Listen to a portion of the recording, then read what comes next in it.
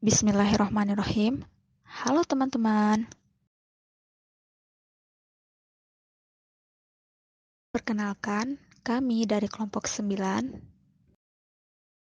anggotakan Widiatul Aulia, NIM E1 B020167. 2 ada Uswatun Hasanah dengan NIM E1 B020163. Ada Sri Mahyuni dengan NIM E1 B020150. Pada video kali ini, kita akan membahas mengenai perkembangan tindak pidana korupsi.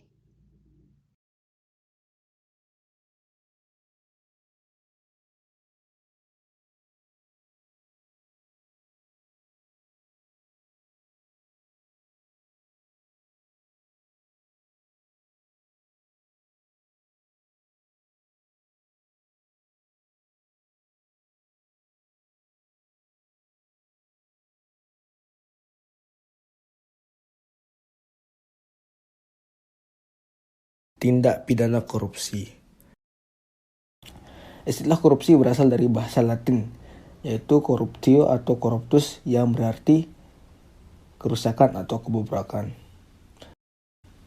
Kata korupsi berasal dari bahasa Yunani Latin, corruptio yang berarti perbuatan yang tidak baik, buruk, curang, dapat disuap, tidak bermoral.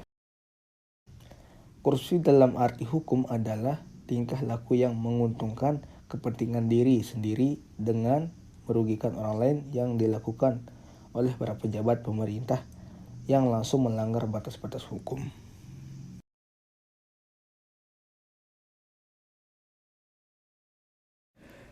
Tindak pidana korupsi.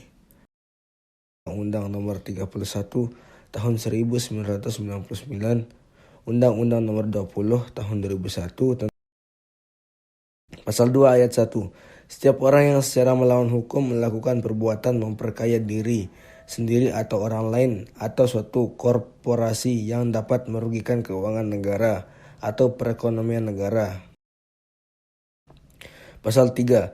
Setiap orang dengan maksud dan tujuan menguntungkan diri sendiri atau orang lain atau korporasi menyalahgunakan kewenangan, kesempatan, atau sarana yang ada padanya karena jabatan atau kedudukan yang dapat merugikan keuangan negara atau perekonomian negara.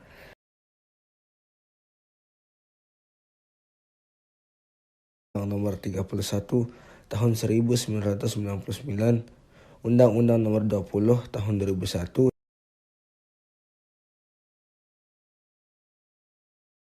dipidana penjara dengan penjara seumur hidup atau pidana penjara paling singkat 4 tahun dan paling lama 20 tahun dan denda paling sedikit 200 juta rupiah dan paling banyak 1 miliar rupiah.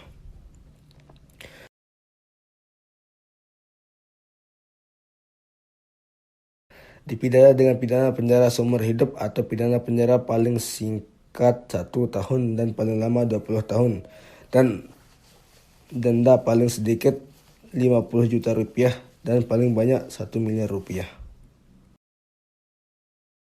Jenis-jenis tindak pidana korupsi.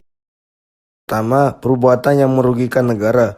Perbuatan yang merugikan negara dapat dibagi menjadi dua bagian, yaitu mencari keuntungan dengan cara melawan hukum dan merugikan negara, serta menyalahgunakan jabatan untuk mencari keuntungan dan merugikan negara.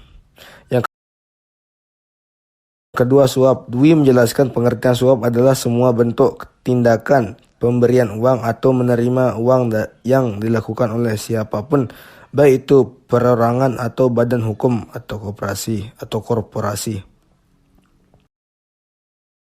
Yang ketiga, gratifikasi. Yang dimaksud dengan korupsi jenis ini adalah pemberian hadiah yang terima oleh pegawai negeri atau penyelenggara negara. Gratifikasi dapat berupa uang, barang, diskon, pinjaman tanpa bunga, tiket pesawat, liburan, biaya pengobatan, serta fasilitas-fasilitas lainnya. Penggelapan dalam jabatan. Kategori ini sering juga dimaksud sebagai penyalahgunaan jabatan, yakni tindakan seorang pejabat pemerintah yang dengan kekuasaan yang dimilikinya melakukan penggelapan laporan keuangan, menghilangkan barang bukti atau membiarkan orang lain menghancurkan barang bukti yang bertujuan untuk menguntungkan diri sendiri dengan jalan merugikan negara. Yang kelima, pemerasan. Pemerasan adalah tindakan yang dilakukan oleh pegawai negeri atau penyelenggara negara untuk menguntungkan diri sendiri atau orang lain secara melawan hukum atau dengan menyalahgunakan kekuasaannya dengan memaksa seseorang memberikan sesuatu, membayar atau menerima pembayaran dengan potongan atau untuk mengajarkan sesuatu bagi dirinya sendiri. Yang keenam, perbuatan curang. Menurut Dwi, perbuatan curang ini biasanya terjadi di proyek-proyek pemerintahan seperti pemborongan, pengawas proyek, dan lain-lain yang melakukan kecurangan dalam pengadaan atau pemberian barang yang mengakibatkan kerugian bagi orang lain atau keuangan negara. Ketujuh, benturan kepentingan dalam pengadaan. Pengadaan adalah kegiatan yang bertujuan untuk menghadirkan barang atau jasa yang dibutuhkan oleh instansi atau perusahaan. Gratifikasi. Pemberian dalam arti luas, yakni meliputi pemberian uang, barang, rabat atau diskon, komisi, pinjaman tanpa bunga, tiket perjalanan, fasilitas penginapan, perjalanan wisata, pengobatan cuma-cuma, dan fasilitas lainnya. Gratifikasi tersebut baik yang diterima di dalam negeri maupun di luar negeri dan yang dilakukan dengan penggunaan sarana elektronik atau tanpa sarana elektronik. Sanksi gratifikasi ini dipidana dengan pidana penjara seumur hidup atau pidana penjara paling singkat 4 tahun dan paling lama 20 tahun. Denda paling sedikit yakni 200 juta rupiah dan paling banyak yaitu 1 miliar rupiah.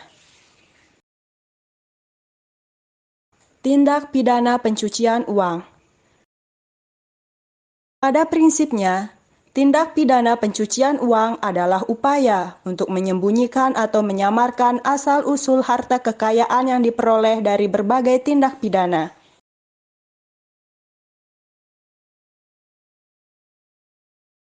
Karakteristik dari tindak pidana pencucian uang atau money laundry sebagai suatu kejahatan mempunyai ciri khas, yaitu bahwa kejahatan ini merupakan kejahatan ganda, bukan tunggal, atau biasa disebut sebagai unlawful activity, yaitu kejahatan asal yang menghasilkan uang yang kemudian dilakukan proses pencucian.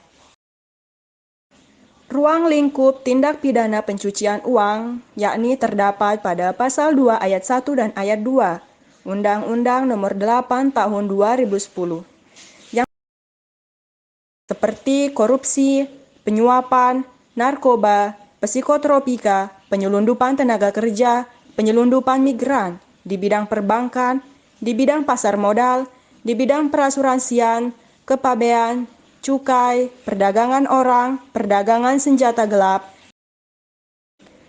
Pada ayat 2 yaitu bahwa harta kekayaan yang diketahui atau patut diduga akan digunakan dan atau digunakan secara langsung atau tidak langsung untuk kegiatan terorisme, organisasi teroris, atau perseorangan disamakan sebagai hasil tindak pidana sebagaimana dimaksud pada ayat 1 di atas.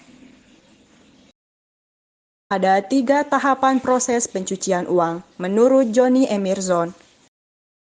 Yang pertama yaitu penempatan atau placement, 2 transfer, dan yang ketiga menggunakan harta kekayaan atau integration.